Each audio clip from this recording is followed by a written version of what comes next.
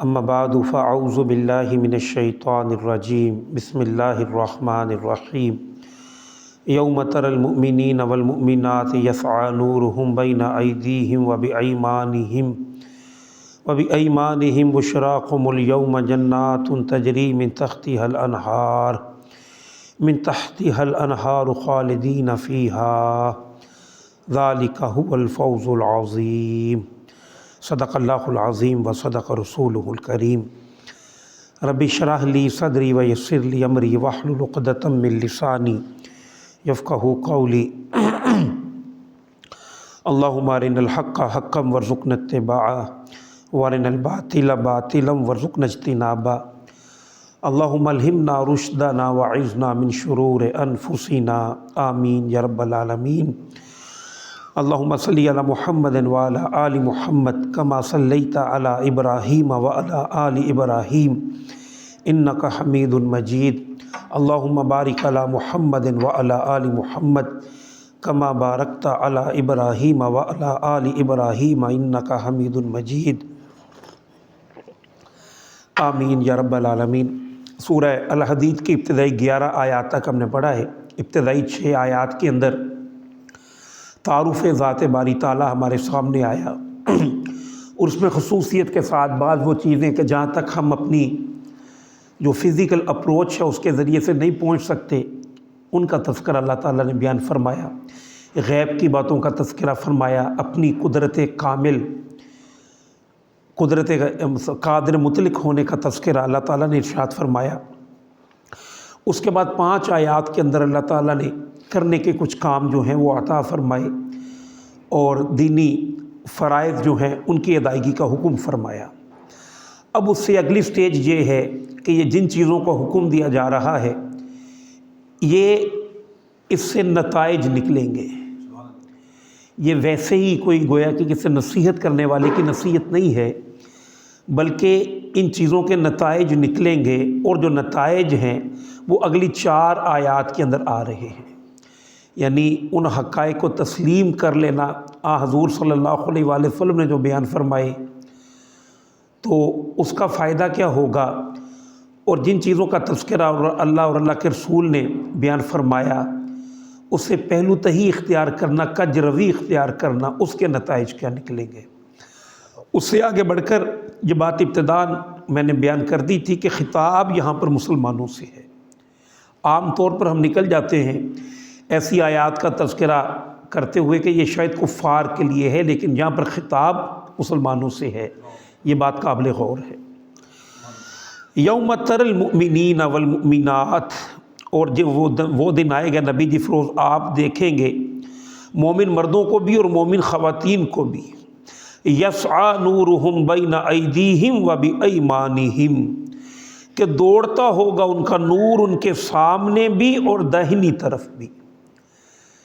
یعنی یہ کوئی جگہ ہے ایسی کہ جسے پل صراط سے تعبیر کیا جاتا ہے۔ یہ لفظ شاید قرآن و سنت میں تو نہیں آیا، لیکن عام طور پر اسے پل صراط کا نام شاید اس لیے دیا گیا ہے کہ سورۃ الفاتحہ کی ابتدا میں کہا گیا نا، صراط الذین انعمت علیہم، اللہ چلاؤ اس راستے پہ جس پہ تیرا انعام ہوا۔ تو یہ جو راستہ ہے یہ سیدھا کسی ایسی جگہ پر جاتا ہے کہ کوئی جگہ ایسی ہے کہ اگر انسان سیدھا جائے گا تو اس پل کے اوپر سے گزر جائے گا، اور اگر وہ دائیں بائیں ہوگا تو جیسے ایک پل ہوتا ہے، ویسے تو پیچھے چوڑی زمین ہے لیکن جہاں پر گویا کہ پل بنایا گیا ہے وہاں پر اگر آپ بالکل سیدھ میں نہیں ہوں گے تو دائیں یا بائیں گر جائیں گے، تو اس کی بنیاد پہ اس کا نام پل صراط بنایا گیا ہے۔ اور یہ وہ جگہ ہے کہ جہاں سے ہر شخص کو گزرنا ہے، یعنی اللہ سبحانہ و تعالیٰ جن لوگوں نے جنت کے اندر بھی جانا ہے ان کو بھی یہاں سے گزاریں گے، تاکہ انہیں پتہ تو چلے کہ ان کی محنت اور کاوشوں کے نتیجے میں کتنی بڑی مصیبت سے وہ بچے ہیں اور کتنی بڑی تباہی سے انہوں نے اپنے آپ کو بچایا ہے۔ تو اس روز یہ جو پل صراط ہے اس کے بارے میں پتہ چلتا ہے کہ وہ انتہائی اندھیری جگہ ہوگی، جیسے کہ روایت ہے حدیث کے اندر جہنم کا مطلب ہی اندھیرا ہے، اور ایک طویل روایت ہے کہ نبی کریم صلی اللہ علیہ وآلہ وسلم سے ایک موقع پر جناب جبرائیل امین ملاقات کے لیے تشریف لائے اس حال میں کہ جناب جبرائیل امین ڈرے ہوئے تھے۔ حضور صلی اللہ علیہ وآلہ وسلم نے ان سے پوچھا کہ اے جبرائیل آپ کچھ گھبرائے ہوئے محسوس ہوتے ہیں؟ تو ان کا اللہ کے نبی آج میں جہنم دیکھ کر آیا ہوں۔ اللہ اکبر کبیرہ۔ پھر وہ طویل حدیث ہے کہ جس میں فرمایا اللہ تعالیٰ نے اسے آپ کو دہکایا، وہ سرخ ہو گئی، پھر کہا نہیں اسے اور دہکایا جائے، یہاں تک کہ وہ سرخی کے بعد ایک اور دوسرا رنگ اس نے نیلا اور سفید سا جو ہے وہ اختیار کر لیا۔ پھر فرمایا اور دہکاؤ۔ اور یہ جو دو شیڈز ہیں یہ دنیا کے اندر بھی ہم آ کے دیکھ لیتے ہیں، سرخ بھی اور وہ سفید اور نیلا سا جو ہوتا ہے وہ بھی، لیکن یہ تیسرا جو شیڈ ہے وہ ہم دنیا کے اندر نہیں دیکھ پاتے۔ جب اس کو بھی دہکایا گیا تو فرمایا کہ اللہ کے نبی وہ تو آگ سیاہی مائل ہو گئی ہے اور سیاہ صورت اختیار کر گئی ہے، اور اس آگ کی وجہ سے جہنم جو ایک بڑی جگہ ہے وہ اتنی اندھیری ہو گئی ہے کہ کوئی شے بھی اس کے اندر گر جائے وہ دکھتی نہیں ہے، تو اس سے گزر کر جانا ہے۔ اب ظاہر ہے اندھیرے سے گزرنا ہوگا تو لائٹ کی ضرورت ہوگی کہ نہیں؟ تو اس روز یہ جو ہمارے پاس لائٹس ہیں، آرٹیفیشل لائٹس ہوتی ہیں، یا الیکٹرونک کا بجلی کا کوئی بڑا سا کوئی منصوبہ لگا دیں کہ پوری جیسے قذافی اسٹیڈیم ہے تو پورا اسٹیڈیم ہی روشن ہو جاتا ہے، یہ نہیں ہوگا، بلکہ اللہ سبحانہ و تعالیٰ نے جو ایمان عطا فرمایا ہے، یعنی وہ ایمان کے جس کے بارے میں ابتداء ندا آئی ہے، وَمَا لَكُمْ لَا تُؤْمِنُونَ بِاللَّهِ، تمہیں کیا ہوا تم اللہ پر ایمان کیوں نہیں رکھتے، اس ایمان کی بات آئی ہے۔ اور وہ ایمان جو ہے اس روز خارج میں روشنی بن کے چمکے گا، اور وہ اس اندھیرے سے انسان کو نکال کر لے کر جائے گا۔ دیکھیے ہمارے ایمان کے دو لیول ہیں، اقرار باللسان و تصدیق بالقلب، یہی ہے نا۔ دنیا کے اندر کسی کا مسلمان سمجھا جانا وہ اقرار باللسان ہی پہ موقوف ہے۔ اگر کسی نے کلمہ پڑھ لیا آپ کے پاس اختیار نہیں ہے کہ آپ اسے کافر کہیں۔ مسلم سٹیٹ کے اندر یہ جو شہریت ہے ظاہر ہے کہ اس میں تو ایک پورا سٹیزن ہے، ایک ذمی ہے، تو جس نے کلمہ پڑھ لیا وہ پورا سٹیزن ہے، آپ کو اچھا لگے یا نہ لگے ظاہر کے اندر۔ لیکن آخرت کا معاملہ اللہ تعالیٰ نے تصدیق بالقلب کے ساتھ لنک کیا ہے۔ سورہ نور کے 5ویں رکوع کے اندر اللہ تعالیٰ نے وہ جو تمثیل بیان فرمائی ہے، اللہ نور السماوات والارض، اس میں یہی ہے مثلہ نورہ، اور اس سے آگے عبداللہ ابن عباس رضی اللہ تعالیٰ عنہ کی گویا روایت ہے فی قلب المومن، کہ اس کے نور کی مثال بندہ مومن کے دل میں یوں ہے، گویا یہ جو ایمان ہے اس کی اصل جائے پناہ، اس کی اصل رہائش گاہ جو ہے وہ قلب ہے، اور جس قلب کے اندر نور ہوگا، نور ایمانی ہوگا، اس روز وہ نور جو ہے وہ ظاہر ہوگا، اور یہ جو نور ہے یہ پل صراط کو عبور کرنے میں معاونت فراہم کرے گا، اور جن کے پاس وہ نور نہیں ہوگا وہ اس اندھیرے میں اس پل صراط سے کراس نہیں کر سکیں گے، وہ اندھیرے میں گرتے پڑتے کسی کھڈے میں ٹکرا کے جہنم کے اندر گر جائیں گے۔ اعاذنا من ذالک، اللہ تعالیٰ ایسے انجام بد سے محفوظ فرمائے۔ اب اس کا تذکرہ اللہ فرماتے ہیں یسعیٰ نورہم، بھاگ رہا ہوگا ان کا نور، بین ایدیہم و بایمانہم، ان کے سامنے اور داہنی طرف۔ سامنے سے مراد دل کا نور ہے، اور داہنی جانب سے مراد علماء نے بیان فرمایا ایک صورت تو یہ ہے کہ نامہ اعمال جن لوگوں کے ہاتھ میں ہوگا داہنی طرف، وہ نامہ اعمال چمک رہا ہوگا، اور ایک صورت یہ بھی کہ اکثر و بیشتر خیر کے، عافیت کے، بھلائی کے کام انسان دائیں ہاتھ سے کرتا ہے، یہ ان اعمال کا نور ہوگا جو دنیا کے اندر کیے گئے ہوں گے۔ اور اللہ کے نبی صلی اللہ علیہ وآلہ وسلم نے فرمایا کہ یہ نور بھی ایک جیسا نہیں ہوگا، جن لوگوں کے اندر جتنا گہرا ایمان ہوگا، جتنا ڈیپلی ان حقائق پہ انہیں یقین ہوگا، اتنا ہی زیادہ نور انہیں میسر آئے گا۔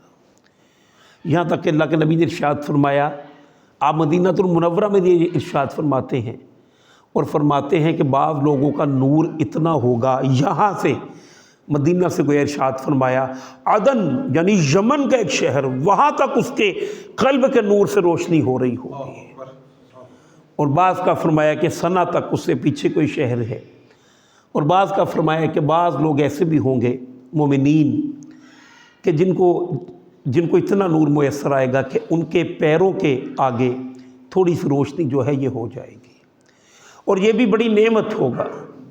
اندھیرے راستے میں اگر ایک ٹارچ بھی میسر آ جائے تو کوئی چھوٹی بات تو نہیں ہوتی۔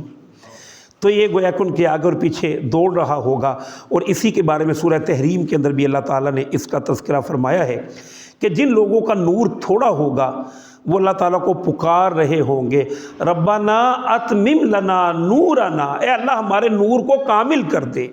یعنی وہ جو گناہ ہم سے ہوئے ہیں جس کی وجہ سے ہمارے نور کے اندر کمی رہ گئی، اللہ تو اپنی رحمت سے معاف فرما کے ہمارے نور کو پورا کر دے۔ اللہ اس بات پر قدرت رکھتا ہے، لہذا انہوں نے کہا انک علی کل شیء قدیر، اے اللہ تعالیٰ تو جو چاہے کر دے، تو جس کو چاہے تو بخش دے، جس پہ چاہے تو رحم فرما دے، تو اس بات پہ قدرت رکھتا ہے۔ اب فرمایا گیا بشراکم الیوم جنات تجری من تحتها الانہار، اور فروز گویا کہ نتیجہ جو ہے وہ ڈسکرائب اللہ تعالیٰ کی طرف سے کیا جائے گا پوری کی پوری انسانیت کے اندر، یعنی آدم علیہ السلام سے لے کر آخری جو آنے والا بندہ سب اکٹھے ہوں گے۔ ان میں سے جیسے سورہ واقعہ کے اندر اللہ نے نقشہ کھینچا ہے کہ 3 گروہ ہوں گے۔ ایک گروہ وہ ہوگا کہ جن کے بارے میں اللہ تعالیٰ کی طرف سے فیصلہ کر دیا جائے گا کہ ان کے لیے گویا کامیابی نہیں ہے، جبکہ 2 گروہ ہوں گے مومنین کے، ان میں سے ایک اعلیٰ درجے کے مومن اور ایک طرح ہلکے درجے کے مومن ہمارے جیسے، لیکن یہ کہ وہ بھی کامیاب ہوں گے، انہی میں بھی شامل فرما دے۔ تو فرمایا ان کو افروز اللہ تعالیٰ سمجھے ذرا ذہن میں لائیں کہ ساری انسانیت کھڑی ہے، اور ساری انسانیت میں سے بعض لوگوں کے بارے میں فیصلہ کر دیا جائے، بشراکم الیوم جنات تجری من تحتها الانہار، کہ تم لوگ پاس ہو گئے ہو۔ یہ ایک بڑی عزت افزائی کا موقع ہوگا اتنے انسانوں میں، اور اس پاس ہونے کے نتیجے میں فرمایا کہ تمہیں خوشخبری ہو آج کے دن، کس کی؟ جنات تجری من تحتها الانہار، ایسے باغات کی کہ جس کے دامن میں ندیاں بہتی ہیں، اور ایسی عمدہ وہ لائف ہوگی کہ جس کے بارے میں انسان کے ذہن میں یہ تصور ہوگا کہ یار یہ مدتیں کبھی ختم ہی نہ ہوں۔ انسانی زندگی میں بسا اوقات ایسے دن، ایسے لمحات، ایسے ایام، ایسی کیفیات ہوتی ہیں کہ انسان اتنا پر لطف ہوتا ہے اس سے، وہ کہتا ہے یار یہ ختم نہ ہی ہو وقت، اللہ کرے یہ وقت تھم ہی جائے۔ ایسی کیفیات آتی ہیں نا بندوں پر، تو وہ کیفیات اسے فیل ہوں گی۔ تو یہ انسان کو ڈر ہوتا ہے نا، جو کہتا ہے یار یہ لمحے اللہ کرے ٹھہر جائیں، یہ ڈر ہوتا ہے نا کہ یہ کیف میسر رہے۔ تو گویا اس ڈر کو ختم کیا آگے سے کہہ کے خالدین فیہا، کہ اب یہ لمحات تمہارے لیے ٹھہر گئے ہیں، اب تمہیں یہیں پہ رہنا ہے۔ اور پھر فرمایا ذالک ھو الفوز العظیم، اور یہ ہے بڑی کامیابی، یہی اصلاً حقیقی کامیابی ہے۔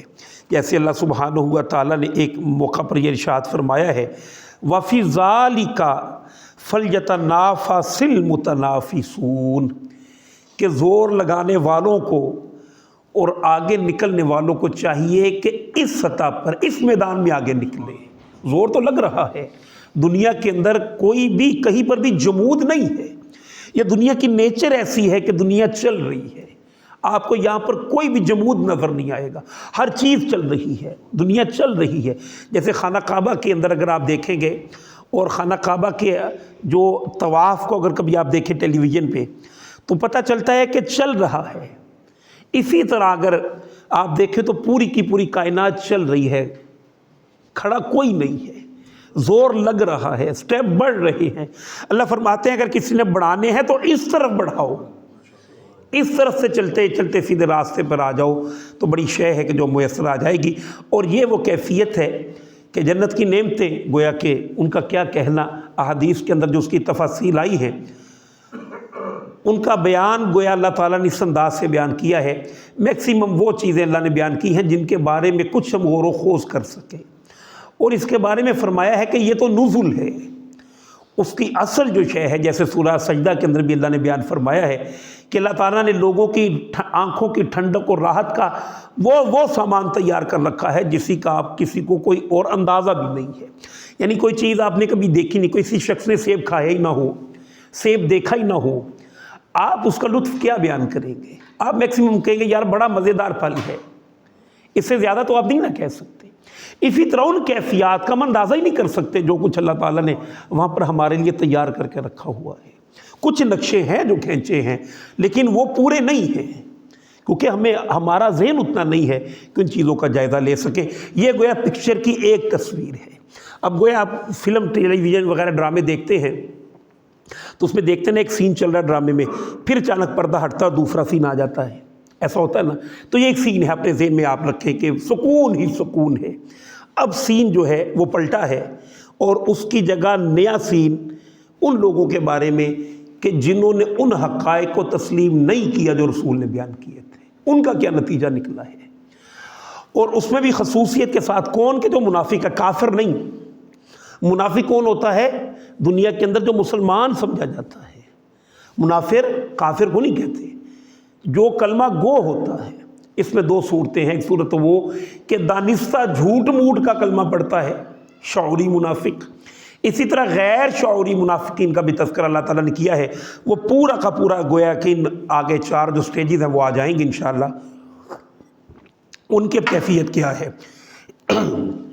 یوم یقول المنافقون والمنافقات للذین آمنوا، اس روز کہیں گے منافق مرد اور منافق عورتیں ایمان لانے والوں سے۔ اچھا، اب یہاں پہ اس بات کو بھی دیکھنا چاہیے، وہاں پر بھی اللہ تعالیٰ نے مردوں کا علیحدہ تذکرہ کیا، خواتین کا علیحدہ، یہاں پر بھی یہی کیا۔ پتہ چلا کہ اگرچہ کہ دنیا کے اندر یہ کہا گیا ہے الرجال قوامون علی النساء، مرد عورتوں کے اوپر نگران ہیں، لیکن وہ ایک انتظامی ذمہ داری میں کہ ہسبینڈ جو ہے وہ وائف کا نگران ہے۔ یہ نہیں ہے کہ بحیثیت انسانیت وہ ہمارے ہی اوپر ہے، بلکہ اس کا ایک علیحدہ تشخص ہے، اس کی ایک علیحدہ شخصیت ہے، اور اس کی شخصیت کے حوالے سے اس نے جواب دہی وہاں پر پیش کرنی ہے۔ قرآن کریم میں سورہ التحریم کے آخر کے اندر جو نقشہ کھینچا ہے، کمال کی ہے اس چیز کو واضح کرنے کے لیے کہ عورت علیحدہ تشخص رکھتی ہے، مرد علیحدہ تشخص رکھتا ہے۔ میں بہت ہی عمدہ نقشہ اللہ تعالیٰ نے وہاں پر تذکرہ فرمایا ان خواتین کا کہ جنہوں نے ایمان کو قبول نہیں کیا۔ 2 انبیاء کے حرم میں تھیں، ایک جناب لوط علیہ السلام کے گھر میں اور ایک جناب نوح علیہ السلام کے گھر میں، لیکن قرآن کریم نے بیان فرمایا کہ انہوں نے ان کی معیت کو اس درجے میں اختیار نہیں کیا، اگرچہ کہ ازواج تھی۔ اور بعض علماء نے یہ بھی نقل کیا کہ انبیاء کی بیگمات تھی، کافر نہیں تھی، واللہ عالم۔ لیکن یہ کہ بہرحال ان کے دیے ہوئے پورے قاعدے ضابطے کو ماننے کو تیار نہیں تھی۔ ماحول بڑا اچھا تھا، یعنی ایک نبی کے گھر سے بڑھیا بھی کوئی ماحول ہو سکتا ہے؟ نہیں ہو سکتا نا۔ لیکن اس اچھے ماحول نے بھی ان کا کچھ نہیں بگاڑا، اور وہ اپنی اسی حرکات پہ جو کفر و شرک پر مبتلا رہیں، برائی میں مبتلا رہیں، تو فرمایا کہ ان کے بارے میں کہہ دیا گیا کہ آگ کے اندر داخل ہو جاؤ۔ ماحول اچھا تھا، کردار برا، کوئی فائدہ نہیں ہوا۔ اس کے بالکل اپوزٹ اللہ تعالیٰ نے ایک مثال بیان فرمائی اسی جگہ پر جا کر، فرعون کی بیوی آسیہ بنت مزاحم، اللہ اکبر کبیرہ، کہ وہ فرعون کے محل میں بھی ہے، اور فرعون استعمار کی ایک علامت کا نام ہے، لیکن وہاں پر بھی انہوں نے اللہ سبحانہ و تعالیٰ کو پہچان لیا، اور وہاں پر کہا رب ابنی لی عندک بیتا فی الجنہ، اے اللہ تعالیٰ مجھے اپنے آئندہ کا یہ جو کہا ہے نا، علماء نے اس پہ کلام کیا ہے کہ صرف انہیں جنت کے اندر گھر نہیں چاہیے تھا، بلکہ کہا اے اللہ تیرے پاس جنت میں گھر چاہیے جس میں قربت الہی بھی میسر آئے۔ اور فرمایا کہ اے فرعون، اے اللہ تعالیٰ فرعون کے ظلم سے مجھے نجات عطا فرما۔ علماء نے بیان کیا کہ یہ ان کی آخری وقت کی دعا ہے، اور فرعون جو ہے وہ ہاتھوں میں اپنے، جو لوگ اس کی بات نہیں مانتے تھے، کہ ہاتھوں کے اندر کیل ٹھوک دیتا تھا۔ تو جب اس سطح پر وہ پہنچا ہے ان کو شہید کرنے کے لیے، تو اس وقت انہوں نے دعا کی ہے کہ اللہ میرے لیے اپنے پاس ایک گھر جو بنا دے۔ اور یہ کہ جب اس نے اس ظلم کی انتہا کی تو مفسرین نے نقل کیا کہ وہ ہنس پڑی، تو فرعون ڈر گیا کہ اس قدر کرب و اذیت کی کیفیت میں بھی یہ ہنس رہی ہے خاتون۔ تو اس پر انہوں نے یہ تفسیر کی کہ جب انہوں نے کہا نے اللہ مجھے اپنے پاس ایک گھر دے، تو اللہ تعالیٰ نے وہ گھر ان کے سامنے کر دیا، اپنی قرب بھی عطا فرما دیا، گھر بھی عطا فرما دیا۔ وہ راحت اتنی تھی کہ اس تکلیف کا کوئی احساس ہی نہ ہوا، اور اسی حال میں ان کی جان نکل گئی۔ گویا ماحول برا بھی ہے لیکن اس خاتون کا تشخص اپنا ہے، وہ وہاں پر حق پر قائم رہی۔ اور پھر تیسری مثال اللہ نے وہاں پر بیان فرمائی ہے، اللہ اکبر کبیرہ، مریم سلام علیہا، مریم بنت عمران، اللہ تعالیٰ فرمایا احسنت فرجہا، یہ وہ خاتون ہے جس کا ماحول بھی اچھا ہے، خود بھی خوب ہے۔ تو یہ تیسری مثال آ گئی۔ اب ایک چوتھی مثال آ سکتی تھی، یعنی ایک پہلے اچھا ماحول برا کردار، دوسرا برا ماحول اچھا کردار، تیسرا ماحول بھی اچھا کردار بھی اچھا۔ چوتھی مثال آ کر آئی ہے پھر سورہ اللہب کے اندر، کہ جس میں تبت یدا ابی لہب وتب ما اغنی عنہ مالہ وما کسب، آگے وامرأتہ حمالۃ الحطب، ماحول بھی برا کردار بھی برا۔ ابو لہب کے گھر میں ماحول برا اور اس کی اہلیہ خود کردار بھی برا، فی جیدہا حبل من مسد، گویا اپنا علیحدہ تشخص ہے۔ لہذا جنت کے اندر بھی ان کی محنتوں کا، ان کی کاوشوں کا اجر انہیں علیحدہ سے دیا جائے گا۔ اور یہاں پر بھی جب نفاق کی بات آئی ہے تو یہاں پر بھی اللہ تعالیٰ نے فرمایا یوم یقول المنافقون والمنافقات للذین آمنوا، اس روز کہیں گے منافق مرد بھی اور منافق عورتیں بھی، انظرونا، ذرا ہماری طرف نگاہ کرو یا ہمارا ویٹ کرو، نقتبس من نورکم، تاکہ ہم بھی تمہارے نور سے کچھ نہ کچھ لے لیں۔ لفظ اقتباس سنا ہے؟ اقتباس آپ ہوتا ہے کسی شاعر، کسی صاحب کی وہ تحریر ہے، اس میں سے آپ کچھ لے لیتے ہیں اور آپ کہتے ہیں فلاں کا اقتباس ہے، اسی سے یہ لفظ بنا ہے نقتبس، اپنے نور میں سے کچھ نور ہمیں بھی دے دو تاکہ اس پل صراط سے ہم بھی گزر جائیں۔ جن کے پاس نور ہے اور اتنا نور ہے کہ مدینہ المنورہ میں رہتے ہوئے یمن تک کے علاقے روشن ہو گئے، ان سے یہ لوگ کہیں گے منافقین کہ تھوڑا سا نور جو ہے وہ ہمیں بھی دے دو، ہم بھی اس راستے سے گزر جائیں۔ اب یہ مومنین سے گویا کہ یہ ایکسپیکٹ نہیں کیا جاتا کہ وہ کسی کو کوڑا جواب دے دے، لیکن وہاں پر اللہ تعالیٰ کا حکم یہ ہوگا کہ نہیں، یہ تو پونجی وہ ہے جو دنیا سے کما کر لائی گئی ہے، لہذا وہ تو نہیں کہیں گے، لیکن قیل ارجعوا، اللہ کی طرف سے آواز آئے گی، وراءکم فالتمسوا نورا، لاؤ جاؤ لوٹ جاؤ پیچھے۔ یہ انہوں نے نور یہاں سے نہیں کمایا، انہیں یہاں پر یہ نور تھمایا نہیں گیا، یہ پیچھے سے کما کر لائے ہیں۔ اب ظاہر ہے کہ جو ایک دفعہ آ گیا پھر واپس تو نہیں نہ آ سکتا، یہ بات ان کی حسرت کے اندر اور اضافہ فرما دے گی اور کر دے گی۔ جیسے قرآن نے یہ نقشے کھینچے ہیں کہ اس روز ظالم اپنے ہاتھوں کو چبا جائیں گے، اللہ ایک موقع اور دے دے، لیکن یہ کہ وہ موقع پھر دوبارہ میسر نہیں آئے گا۔ تو کہا جائے گا کہ وَقِيلَ ارْجِعُوا وَرَاءَكُمْ فَالْتَمِسُوا نُورًا، کہا جائے گا لوٹ جاؤ اپنے پیچھے اور دنیا میں جا کر تلاش کرو یہ نور۔ فَضُرِبَ بَيْنَهُمْ بِسُورٍ لَهُ بَابٌ، اب یہ کوئی جگہ ایسی ہے پل صراط سے ہی گزرتے ہوئے کہ درمیان میں کوئی فصیل قائم ہے اور اس میں ایک دروازہ ہے، اور اسی دروازے سے مومنین سمجھیے کہ اسے چلتے چلتے، اندازہ ہی ہے نا، اصل گناہ کا تو اندازہ نہیں ہے، چلتے چلتے جب اس دروازے تک پہنچیں گے تو اس کے اندر جو ہے وہ داخل کر دیے جائیں گے۔ اور فرمایا باطنہ فیہ رحمہ، اور اس دروازے کے اندر رحمت ہی رحمت ہوگی۔ اب گویا اسی پل صراط سے کراس کر کے جنت کے اندر داخل ہو جائیں گے۔ وَظَاهِرُهُ مِن قِبَلِهِ الْعَذَابُ، اور پچھلی سمت جو ہوگی وہاں پر عذاب ہی عذاب ہے، گویا جن لوگوں کو دروازے کے اندر جانے کی اجازت نہیں ملے گی، اب وہ وہیں پر ظاہر ہے کہ پل صراط پہ چلتے ہوئے دوڑتے ہوئے وہیں پر آخر کار تھک ہار کے اسی کے اندر گر جائیں گے۔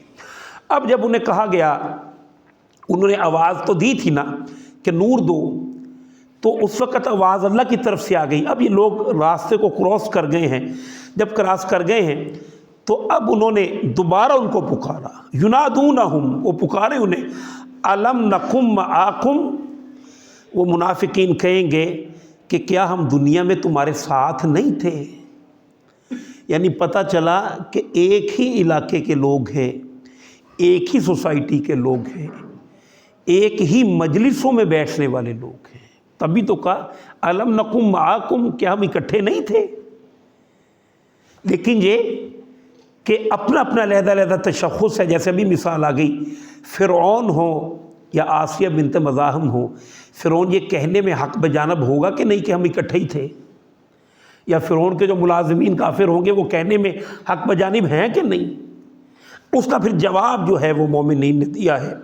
اور یہاں پر سمجھیے کہ نفاق کسے کہتے ہیں، اسے اللہ تعالیٰ نے ایلیبوریٹ کیا ہے، واضح کیا ہے کہ یہ نفاق پیدا کیسے ہوتا ہے اور نفاق سے بچنے کے راستے کون کون سے ہیں۔ لہٰذا انہوں نے کہا قالوا بلا، کیوں نہیں، ہم اکٹھے ہی تھے، وَلَكِنَّكُمْ فَتَنْتُمْ أَنفُسَكُمْ، لیکن یہ کہ تم نے اپنے آپ کو فتنوں کے اندر ڈال دیا۔ فتنہ آزمائش کو کہتے ہیں، اور قرآن کریم میں یہ لفظ اولاد کے لیے آیا ہے، انما، اور مال کے لیے ہے، انما اموالکم و اولادکم فتنہ۔ یہاں پر یہ محسوس ہوتا ہے کہ بس اوقات انسان خواہش رکھتا ہے میں آگے بڑھوں، میں دین کے لیے وقت نکالوں، میں دینی علوم کو سیکھوں، میں دین کی دعوت و ترویج کے کام میں اپنے آپ کو لگا دوں، لیکن بیوی بچوں کی ڈیمانڈز اور ان کی حد سے زیادہ کی بات کر رہا ہوں، وگرنہ بیوی بچوں کی کفالت کرنا عین اسلام ہے۔ اللہ کے نبی صلی اللہ علیہ وآلہ وسلم نے خوشخبری سنائی ہے ان لوگوں کو کہ جو اپنے بیوی بچوں کو دیتے، یعنی اللہ کے نبی نے اس طرح سے بات کو واضح فرمایا بندہ مومن کی مثال ام موسیٰ کی سی ہے۔ ام موسیٰ کون تھی؟ موسیٰ کی والدہ علیہ الصلوۃ والسلام۔ وہ کیا ہے؟ فرمایا وہ اپنے ہی بیٹے کو دودھ پلاتی تھی اور فرعون سے قیمت بھی لیتی تھی۔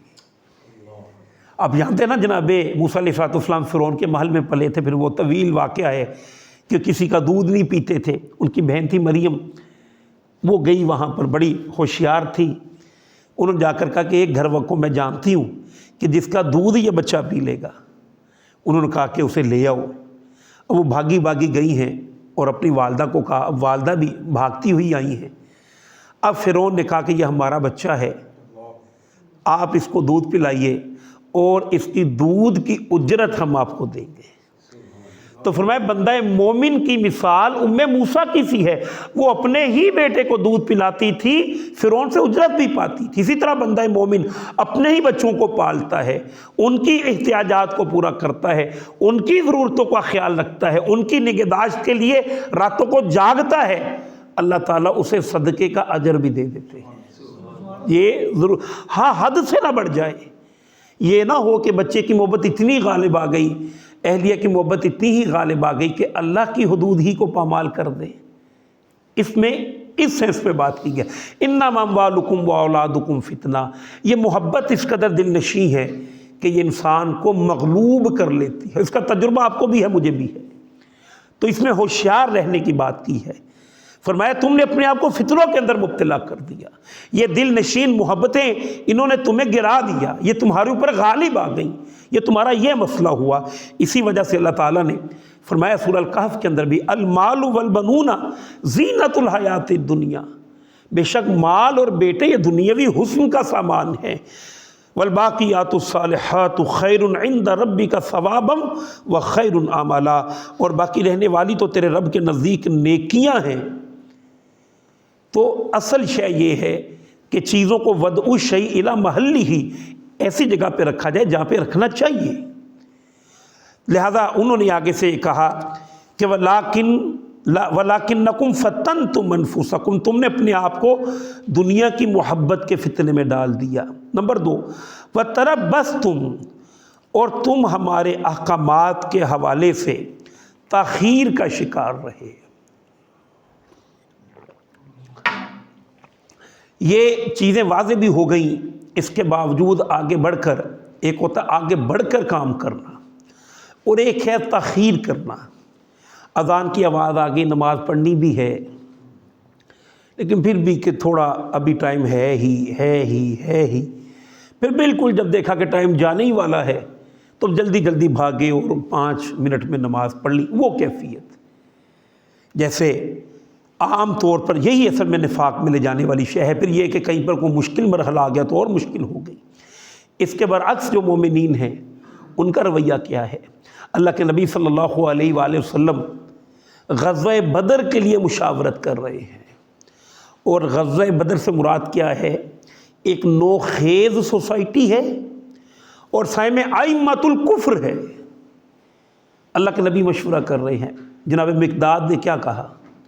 کہا اللہ کے نبی ہمیں موسیٰ کے ساتھیوں پہ گمان نہ کیجیے گا، خدا کی قسم آپ کہیں گے ہم آپ کے کہنے پر اپنے گھوڑوں کو دریاؤں میں ڈال دیں گے۔ گھوڑے دریاؤں میں تو نہیں نہ دوڑتے، لیکن آپ کہہ دیں گے تو ڈال دیں گے۔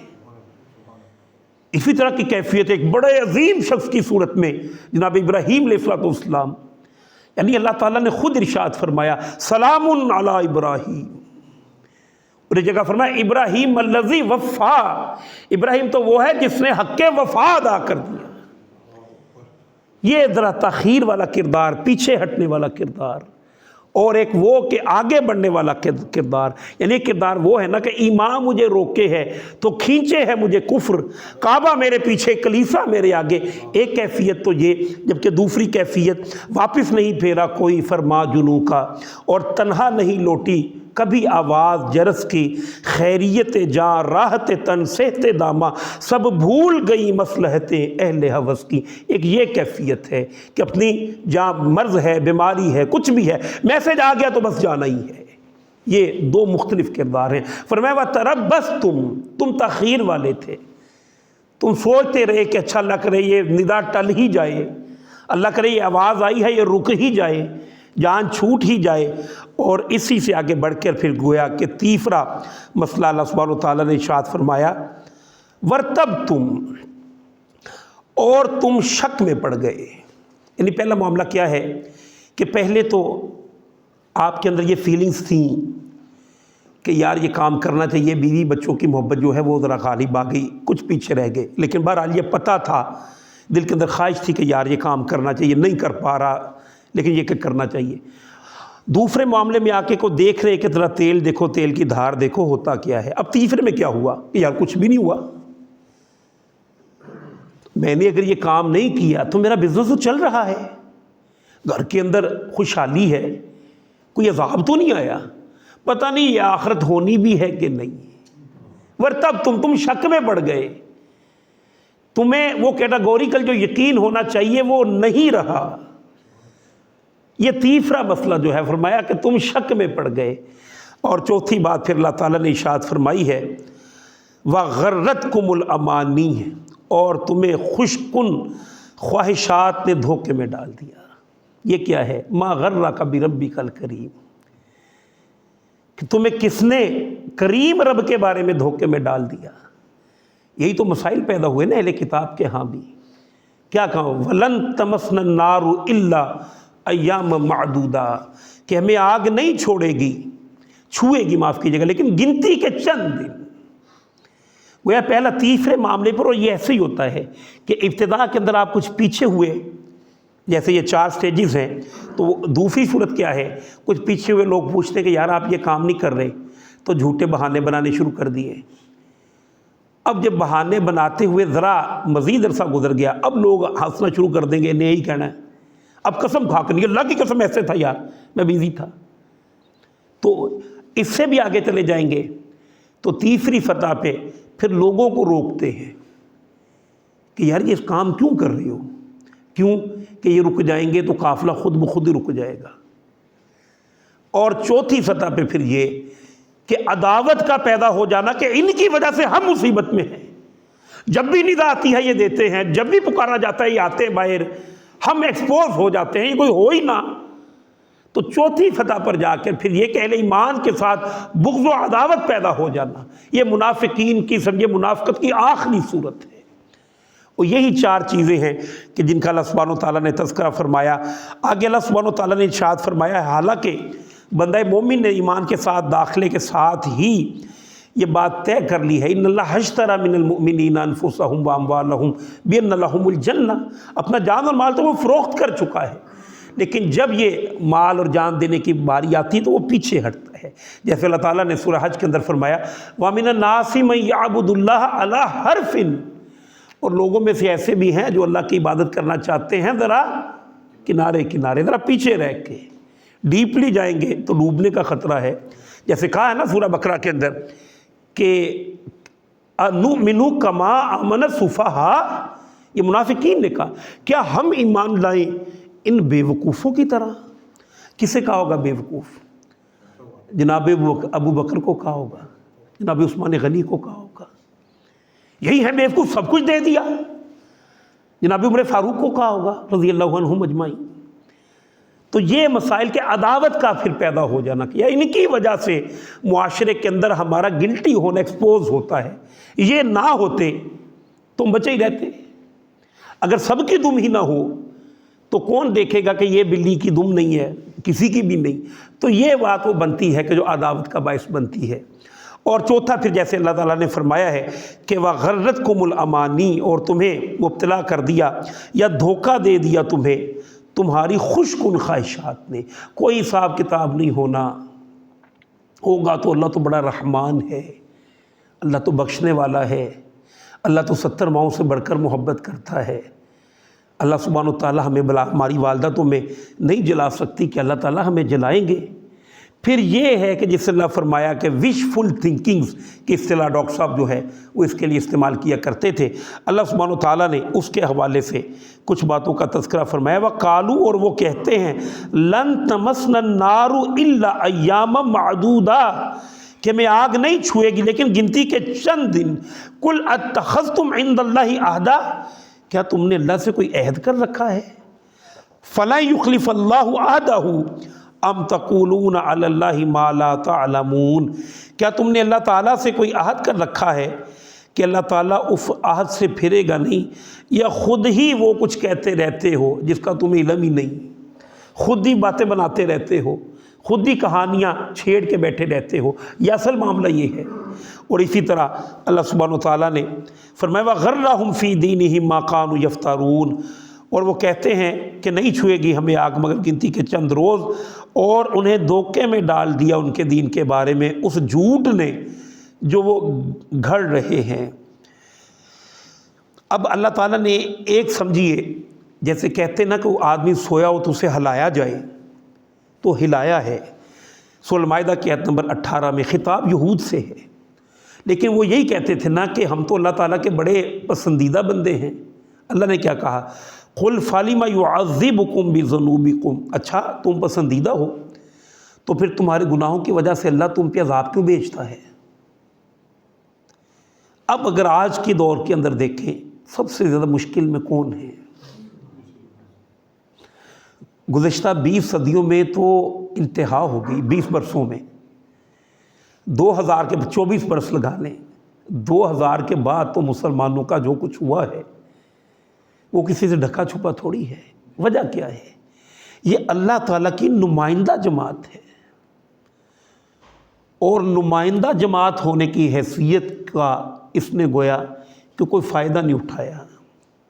جیسے اللہ تعالیٰ نے سورہ جمعہ ہے کہ جس کے اندر یہود کی مثال بیان فرمائی ہے، مثل الذین حملوا التوراۃ ثم لم یحملوها، اور مثال ان لوگوں کی کہ جن کو ہم نے تورات عطا فرمائی ہے پھر انہوں نے وہ نہیں اٹھائی۔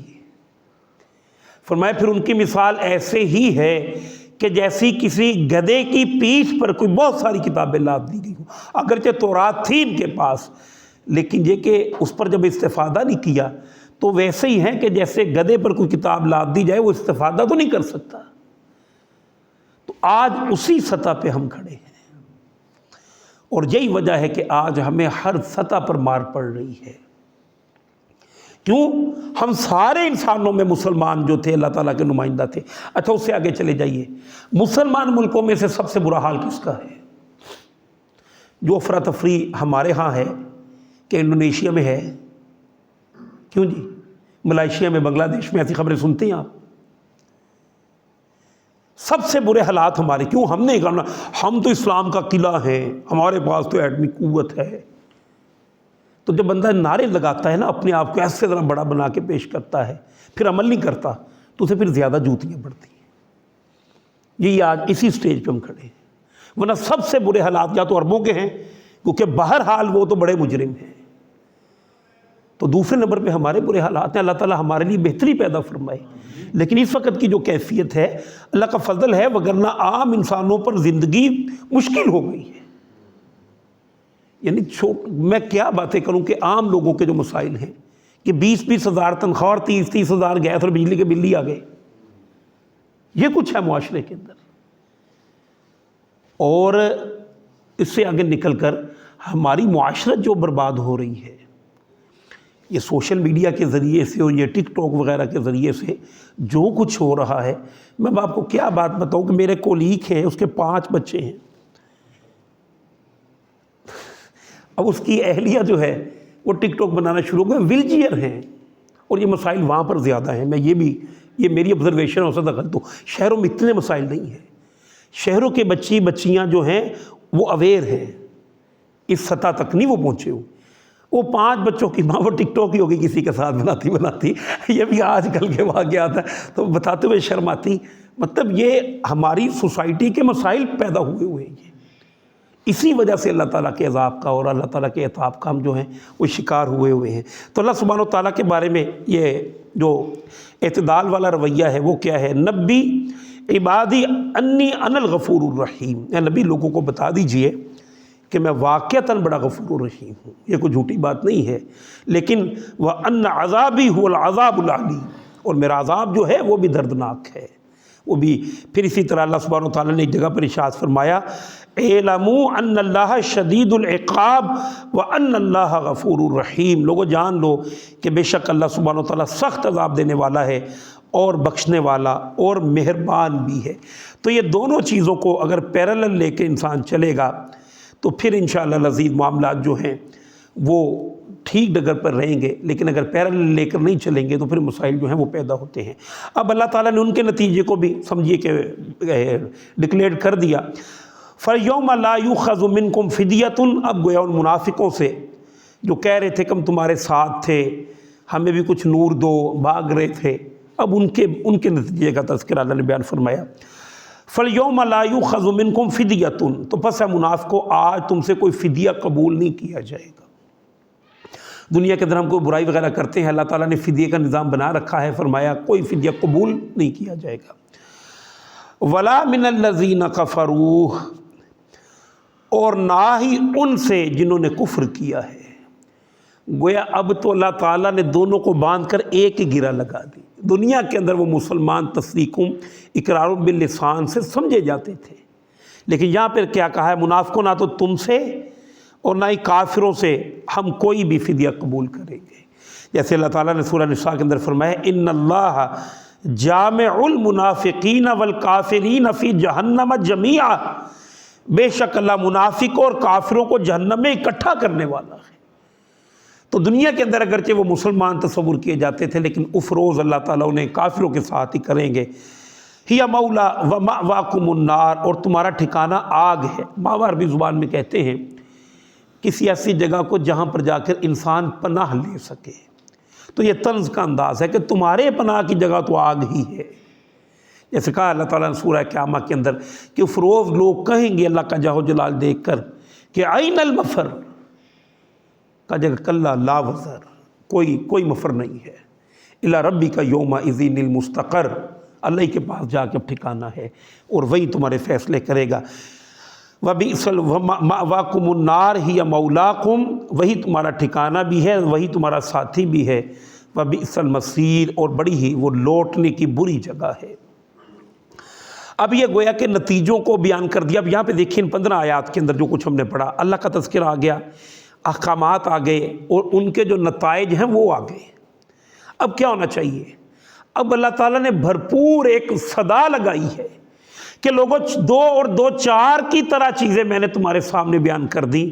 تو فرمایا الم یعنی للذین آمنوا ان تخشع قلوبہم لذکر اللہ، تو کیا لوگوں پر ابھی بھی وہ وقت نہیں آیا کہ ان کے دل لرز جائیں اللہ سبحانہ وتعالیٰ کی یاد سے؟ اس قدر واضح کر دینے کے بعد بھی ابھی لوگوں پر وہ وقت نہیں آیا۔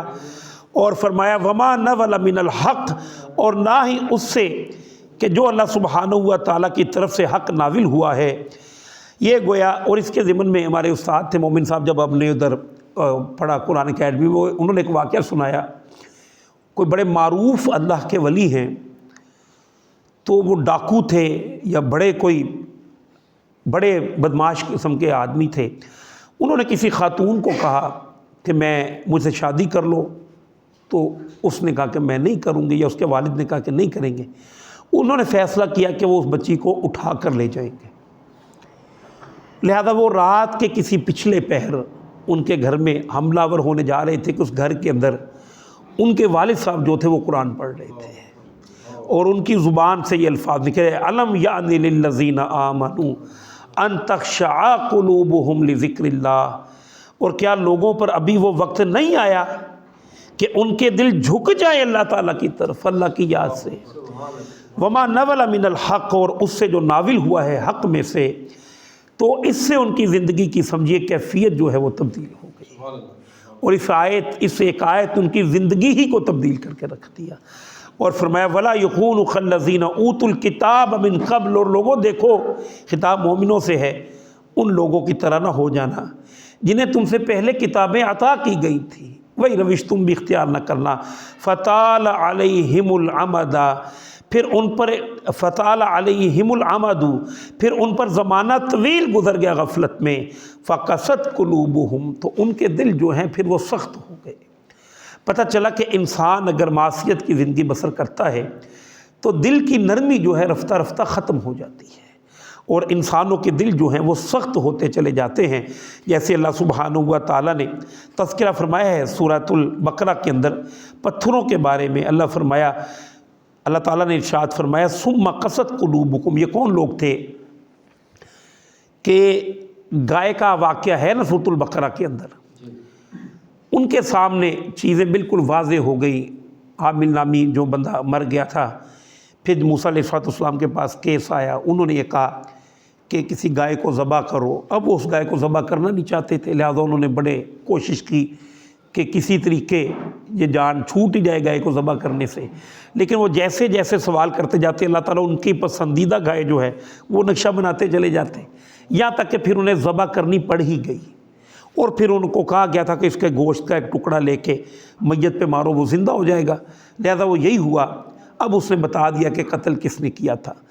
تو یہ سارا معجزہ دیکھنے کے بعد بھی ان کے دلوں کے اندر سمجھیے کہ اس طرح سے انہوں نے باتوں کو تسلیم نہیں کیا، بلکہ گائے کو ذبح کرنے کا قلق ان کے دل کے اندر موجود تھا. پھر نتیجہ کہ نکلا اس معصیت کے نتیجے میں اللہ نے سزا کیا دی. ثم قست قلوبکم من بعد ذالک، پھر اس کے بعد اللہ تعالیٰ نے ان کے دلوں کو سخت کر دیا. اور یہ دل کا سخت ہو جانا، یہ سمجھیے کہ وہ ڈاکٹر صاحب کا ایک کلپ بھی آپ نے سنا ہوگا جس میں وہ کہتے ہیں کہ بندہ محدث ہو جائے، مفسر ہو جائے، وہ نیک نہیں ہے. حضور صلی اللہ علیہ وآلہ وسلم نے بھی اس بات کو واضح فرمایا ہے. آپ نے ارشاد فرمایا ہے کہ جو کوئی شخص دل کی نرمی سے محروم ہو گیا وہ کل کے کل خیر سے محروم، یعنی کسی کی تکلیف کو آپ محسوس ہی نہ کریں. اور واقعہ یہی ہے کہ آج اسی سطح پہ ہم ہیں، خصوصیت کے ساتھ ہمارے حکمران طبقہ، اور ہم بھی پیچھے نہیں ہیں. وگرنہ کبھی غور کیجئے کہ اس وقت جو قیامت برپا ہے فلسطین کے اندر، کہ 80% عمارتیں جو ہیں وہ توڑ دی گئی، اور کھلے آسمان کے تلے چھوٹے چھوٹے بچے ہیں، خواتین ہیں، اور عام شہری ہیں، جنگجو نہیں ہیں، اور کھانے پینے کا سامان تک میسر، دوائیاں میسر نہیں. یعنی آپریشن جو جسم کو سن کرنے والی چیزیں وہ اس کے بغیر آپریشن ہو رہے ہیں. لیکن مجال ہے کہ مسلمانوں میں سے، بالخصوص حکمرانوں میں سے کسی کی کوئی غیرت جاگی ہو، اور جینوسائیڈ کا اگر کوئی مقدمہ لے کر گیا بھی ہے تو ساؤتھ افریقہ گیا ہے. ہم میں سے کسی کو توفیق نہیں ہوئی. کتنی بدقسمتی کی بات ہے. اللہ کے نبی جہاں پر یہ ارشاد فرمائیں کہ تمہاری مثال ایک بدن کی سی ہے، اور بدن میں آپ جانتے ہیں کہ ذرا سا بھی ایک چھوٹی سی سوئی بھی چبھے تو پورا جسم ہلتا ہے. صرف اسی کو فیلنگز نہیں آتی جو جسے فالج ہو گیا ہو.